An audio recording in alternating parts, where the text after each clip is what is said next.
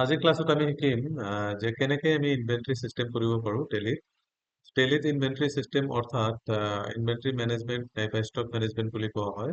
Stock management মানে যেতিয়া কোনো এটা বস্তু কোনো এটা দোকানৰ কাৰণে বস্তু আমি পাৰচেজ কৰো, তেতিয়া সেই বস্তুবিলাক আমি কেনেকে টেলিত এন্ট্ৰি কৰিব পাৰো সেইটো হৈছে ইনভেন্টৰী মেনেজমেন্ট বা ইনভেন্টৰী চিষ্টেম। তো পোনপ্ৰথমে আমি ইনভেন্টৰী চিষ্টেম কৰিবৰ কাৰণে বা ইনভেন্টৰী মেনেজমেন্ট কৰিবৰ কাৰণে প্ৰথমতে আমি ক্ৰিয়েট কৰিব লাগিব দুটা পাৰ্টিজ নেম, যি দুটা পাৰ্টিৰ পৰা আমি মাল পাৰচেজ কৰিম আৰু যিটো পাৰ্টিক আমি মাল চেল কৰিম। তো প্ৰথমতে আমি এটা পাৰ্টিৰ নাম ক্ৰিয়েট কৰি লওঁ। ইয়াতে যাই লেজাৰতে ক্ৰিয়েট কৰিম SR enterprise, SR enter SR enterprise under sundry creditors. এইটো হৈছে মেইনটেইন বিল বাই বিল, এইটো মেইনটেইন বিল বাই বিল ৰেজ কৰি ৰাখিব লাগিব। তাৰপিছত আমি যাব লাগিব enterprise Manoj account under sundry debtors. তাৰপিছত আমি আৰু দুটা লেজাৰ ক্ৰিয়েট কৰিব লাগিব। এটা হৈছে purchase account, purchase account under purchase account, আৰু এটা হ'ব sales account under sales account, sales account under sales account. এই দুটা এই চাৰিটা লেজাৰ আমি ক্ৰিয়েট কৰিলো। চাৰিটা লেজাৰ ক্ৰিয়েট কৰাৰ পিছত আমি অলপ বেক যাব লাগিব। বেকত যাই আকৌ আমি ইয়াতে ক্ৰিয়েট অপশ্যনত যাই ইয়াতে যাব লাগিব ইনভেন্টৰী মাষ্টাৰ, অৰ্থাৎ ইনভেন্টৰী মাষ্টাৰৰ পৰা ইয়াতে stock group, stock category, stock item, stock unit, তাৰপিছত গোডাউন, এইবিলাক আমি ক্ৰিয়েট কৰিব লাগিব। পোনপ্ৰথমে আমি ইয়াতে গ্ৰুপ ক্ৰিয়েট কৰো। গ্ৰুপ মানে যেতিয়া ধৰা আমি কোনো এটা বস্তু পাৰচেজ কৰিম, যেনেকৈ আমি ৰাইচ পাৰচেজ কৰিম, ৰাইচটো বেলেগ বেলেগ বেলেগ বেলেগ টাইপৰ ৰাইচ হ'ব পাৰে। চ' ৰাইচ এটা গ্ৰুপ যদি আমি ইয়াতে ক্ৰিয়েট কৰো, ৰাইচ এটা গ্ৰুপ আণ্ডাৰ প্ৰাইমাৰী, আৰু এনেকুৱা ধৰণৰ অইল এটা গ্ৰুপ যদি আমি কৰো, অইল এটা গ্ৰুপ আণ্ডাৰ প্ৰাইমাৰী। তাৰপিছত আমি তাৰপিছত আমি যাব লাগিব, আমি যাই ইয়াতে যাব লাগিব আইটেমত যোৱাৰ আগত আমি ইউনিট ক্ৰিয়েট কৰিব লাগিব। কাৰণ কি, যেতিয়া আমি বস্তুবিলাক পাৰচেজ কৰিম, পাৰচেজ কৰাৰ পিছত বস্তুটোৰ নাম দিব লাগিব। তাৰপিছত আহিব আণ্ডাৰ কোনটো গ্ৰুপ, সেইটো আহিব। তাৰপিছত আহিব তাত ইউনিট কি, কেনেকে বস্তুটো জোখা হয়। তো ইয়াতে ইউনিটটো আমি দিব লাগিব। প্ৰথম যদি আমি দিওঁ ৰাইচটো আমি সদায় কেজি হিচাপত যদি পাৰচেজ কৰিম, চ' ইয়াতে দিব লাগিব ফৰ্মাল নেম কিলোগ্ৰাম। তাৰপিছত দিব লাগিব আমাৰ ইয়াতে লিটাৰ, যদি আমি অইল কিনো লিটাৰ হিচাপত তেতিয়া দিব লাগিব লিটাৰ। তাৰপিছত দিব লাগিব PCI, যদি কোনো ধৰণৰ বস্তু আমি কিনো যিটো পিচ হিচাপত থাকিব PI, ACS পিচেছ, এনেকে আমি ইউনিট বিলাক ক্ৰিয়েট কৰিব লাগিব। ইউনিট ক্ৰিয়েট কৰাৰ পিছত আমি যাব লাগিব আইটেম অপশ্যনত। আইটেমত যাই প্ৰথমে এটা আইটেম দিব লাগিব। যেনেকৈ আমি তেওঁৰ ৰাইচ গ্ৰুপ লৈছো, ৰাইচ গ্ৰুপৰ কাৰণে আমি ইয়াতে বাসমতি ৰাইচ দিব পাৰো। বাসমতি, এইটো হ'ল ৰাইচ মানে বাসমতি ৰাইচ মানে ৰাইচ গ্ৰুপ হ'ব। তাৰপিছত এইটো হ'ব কেজি হিচাপত আমি ইউনিটটো জুখিম। তাৰপিছত হ'ব আমাৰ জহা আণ্ডাৰ ৰাইচ হ'ব। তাৰপিছত যিহেতু এইটো কেজি হিচাপত আমি জুখিম, তো কেজি হ'ব। তাৰপিছত আমি ইয়াতে লিখিব পাৰো কোকোনাট অইল, এইটো অইল হ'ল, অইল মানে অইল আণ্ডাৰ অইল গ্ৰুপ। তাৰপিছত এইটোক আমি লিটাৰ হিচাপে জুখিম। তেনেকে আমি তিনিটামান আইটেম ইয়াতে ললো। তাৰপিছত আমি আৰু এটা আইটেম লওঁ, কোকোনাট অইল হ'ল অলিভ অইল, এইটো আমাৰ অইল গ্ৰুপত হ'ব, আৰু এইটো লিটাৰ হিচাপে আমি জুখিম। তাৰপিছত আহিব আমি আকৌ ষ্টক গ্ৰুপ হ'ল, তাৰপিছত আইটেম হ'ল, তাৰপিছত ইউনিট আমি ক্ৰিয়েট কৰিলো। ইউনিট ক্ৰিয়েট কৰাৰ আগত আমি লেজাৰ ক্ৰিয়েট অলৰেডি কৰিছো। চ' আমি এতিয়া যাব লাগিব ভাউচাৰত, অৰ্থাৎ বস্তুটো পাৰচেজ কৰিম। তো পাৰচেজ কৰাৰ সময়ত আমি যাব লাগিব ভাউচাৰ, আৰু ইয়াতে যাব লাগিব পাৰচেজ ভাউচাৰ, অৰ্থাৎ F9। অলৰেডি পাৰচেজ ভাউচাৰ ইয়াতে ওলাই আছে। তাৰপিছত ইয়াতে ইনভয়েচ নাম্বাৰ আমি দিব লাগিব 001, যদি ইনভয়েচ নাম্বাৰ হয়। তাৰপিছত দিব লাগিব ডেট। এতিয়া আমি পাৰচেজ যিটো পাৰ্টিৰ পৰা মাল পাৰচেজ কৰিম, সেই পাৰ্টিটোৰ নাম চাপোজ ইয়াতে এছআৰ এন্টাৰপ্ৰাইজ।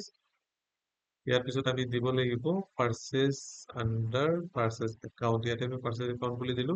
তাৰপিছত দিব লাগিব নাম অফ আইটেম বিলাকৰ নাম দি ইয়াতে দিম বাসমতি ৰাইচ কিমান কিলোগ্ৰাম, চাপোজ 100 কিলোগ্ৰাম আমি বাসমতি ৰাইচ কিনিলো, যিটো বাসমতি ৰাইচৰ দাম আছিল 89 পাৰ কিলোগ্ৰাম। তাৰপিছত আমি দিলো জহা আমি ইয়াতে 250 কিলোগ্ৰাম। তাৰপিছত এই জহাৰ দাম আছিল 105 টকা, এইটো হ'ল জহা। তাৰপিছত আমি যদি আৰু এটা আইটেম লওঁ কোকোনাট, এতিয়া কোকোনাটক আমি দিম 50 লিটাৰ। কোকোনাটৰ দাম হৈছে 205 টকা। এনেকে আমি তিনিটা আইটেম ইয়াতে লৈছো। ইয়াৰ পিছত অলিভ অইলৰ যদি ল'ব বিচাৰো ইয়াতে ল'ব পাৰিম। চ' অলিভ অইল আমি ললো 17 লিটাৰ, পাৰ লিটাৰৰ দাম 560। এনেকে আমি কেইটামান আইটেম ক্ৰিয়েট কৰিলো। আইটেম ক্ৰিয়েট কৰাৰ পিছত আমি আইটেম কেইটা পাৰচেজ কৰিলো। পাৰচেজ কৰাৰ পিছত এইটো যদি একচেপ্ট কৰি তাৰপিছত আহিব বিল ৱাইজ ডিটেইলছ। অলৰেডি লাষ্ট ক্লাছত আমি এইটো এক্সপ্লেইন কৰিছিলো। এতিয়া আমি দিব লাগিব নিউ একাউণ্ট, যিহেতুকে এইটো লগে লগে পেমেন্ট কৰা দেখুৱাব। চ' আমি ইয়াতে এণ্টাৰ মাৰি একচেপ্ট কৰি দিলো আৰু এইটো একচেপ্ট কৰি চব মালখিনি পাৰচেজ কৰা হ'ল। এতিয়া মালখিনি পাৰচেজ কৰাৰ পিছত আমি মালখিনি যে ক'ত চাম, ক'ত আমি পাম যে যিখিনি মাল আমি পাৰচেজ কৰিলো তাতে ক'ত আছে। ৰিপৰ্ট সেকশ্যনত যায় আমি ইয়াতে দেখা পাম ষ্টক চামাৰি। ষ্টক চামাৰি যে এণ্টাৰ প্ৰেছ কৰিম, ইয়াতে চোৱা অইল আৰু ৰাইচ দুটা বেলেগ বেলেগ গ্ৰুপ আহি ইয়াতে দেখা পাই আছো। অইল গ্ৰুপত যদি আমি যাওঁ, চাম দুটা আইটেম অইল গ্ৰুপত আছে, কোকোনাট অইল আৰু অলিভ অইল। কিমানখিনি আছে? 50 লিটাৰ আৰু ইয়াতে 70 লিটাৰ। সিমিলাৰলি আমি যে ৰাইচ গ্ৰুপত যাওঁ, ইয়াতে আমি দেখা পাম দুটা আইটেম অলৰেডি আমি ইয়াতে পাৰচেজ কৰিছো আৰু এইটো ষ্টকত আমাৰ জমা হৈছে। এতিয়া যাব লাগিব আমাৰ নেক্সট অপশ্যন, সেইটো হৈছে চেলছ। তো আমি চেল কৰিবৰ কাৰণে এগেইন আমি ভাউচাৰত যাম। ভাউচাৰত যাই এইটো আমি দিম ইনভয়েচ নাম্বাৰ 001 চেলছৰ কাৰণে। ইয়াতে তাৰ আগত আমি দিব লাগিব F8 অৰ্থাৎ চেলছ। চেলছৰ কাৰণে পাৰ্টিৰ নাম দিব লাগিব। পাৰ্টিৰ নাম আমি দিম মনোজ একাউণ্ট। তাৰপিছত আমি মনোজ একাউণ্ট দিয়াৰ পিছত ডিছপ্লে ডিটেইলছ একচেপ্ট কৰিম।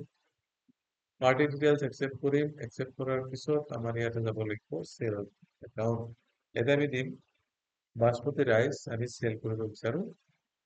তো বাসমতি ৰাইচ আমাৰ তাতে দেখাইছে 100 কিলোগ্ৰাম। ইয়াৰ পৰা আমি 50 কিলোগ্ৰাম দিব লাগিব। আমি 100 কিলোগ্ৰাম নাইবা তাতকৈ ওপৰত দিব নোৱাৰো।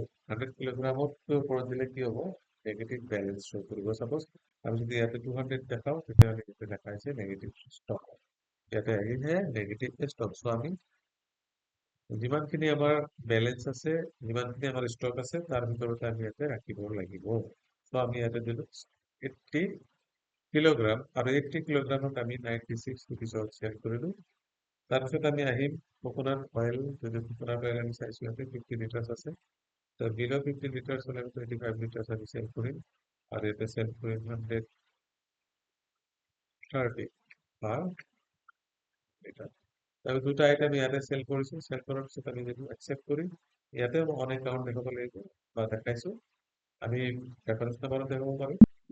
তো ইয়াতে আমি একচেপ্ট কৰি দিলো। এতিয়া যদি আমি চাব বিচাৰো যে আমাৰ ষ্টক চামাৰিত যায়, চাব বিচাৰো যদি আমাৰ ৰাইচ গ্ৰুপত যায় বাসমতি ৰাইচটো, ইয়াতে চাওক ইয়াতে ইনৱাৰ্ডত ইমান আছে 100 কিলোগ্ৰাম আহিছিল, আমি কিনিছিলো। তাৰে মাজত 80 কিলোগ্ৰাম আমি আউটৱাৰ্ডত চেল কৰিলো। ইয়াতে আউটষ্টেণ্ডিং আমাৰ বেলেঞ্চ কিমান থাকিল? 20 kg। এগেইন যদি আমি এইটো ৰিপৰ্ট দি আৰু ভালকে চাব বিচাৰো যে আমাৰ আহ গোটেইখিনি চেল কিমান হ'ল, কিমান পাৰচেজ হ'ল, ষ্টক কিমান থাকিল, তাৰ কাৰণে আমি যাব লাগিব ষ্টেটমেণ্ট অফ ইনভেন্টৰী সেকশ্যনত। ইয়াতে যাই আমি ষ্টক কোৱাৰিত যাম। ষ্টক কোৱাৰিত যাই এটা বস্তু ষ্টক কোৱাৰিত যাই চাব পাৰি। ইয়াতে ষ্টক কোৱাৰি বাসমতি ৰাইচ আমি কিনিছিলো 100 কিলোগ্ৰাম, এইটো হৈছে পাৰচেজ, এইটো হৈছে চেলছ আৰু মনোজ একাউণ্ট আমি ইমান টকা আৰু আমাৰ হাতত থাকিল ইমান টকা। আৰু যদি আমি কাৰোবাক এই বস্তুটো চেল কৰিছো, তেতিয়া ইয়াতে চেলাৰ অপশ্যনত আৰু অপশ্যন থাকিব। তাৰপিছত যদি আমি এইটো প্ৰিন্ট কৰিব বিচাৰো, তেতিয়াহ'লে ইয়াতে প্ৰিন্ট অপশ্যন আছে নাই বা যদি মাৰিলেও প্ৰিন্ট ওলাব।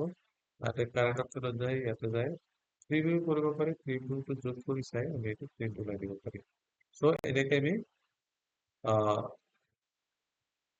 এনেকে আমি চেল পাৰচেজ কৰিব পাৰো। তাৰপিছত হ'ল ইনভেন্টৰী মেনেজমেণ্ট চিষ্টেমটো এনেকে কৰা হয়।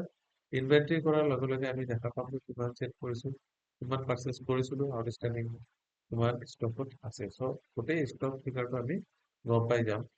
চ' আজিৰ ভিডিঅ'খন চাই কেনে লাগিছে আপোনালোকে কমেণ্টত জনাব। ভাল হলে নিশ্চয় লাইক কৰিব। আৰু যদি এনেকুৱা ভিডিঅ' আপোনালোকে চাব বিচাৰে, তেতিয়াহ'লে আমাৰ চেনেলটোক ছাবস্ক্ৰাইব কৰিব। লগতে আমাৰ ইনষ্টিটিউটত যদি কোনোবাই এডমিশ্যন ল'ব খোজে, তেতিয়াহ'লে তলত দিয়া কণ্টেক্ট নম্বৰত যোগাযোগ কৰিব। Thank you very much.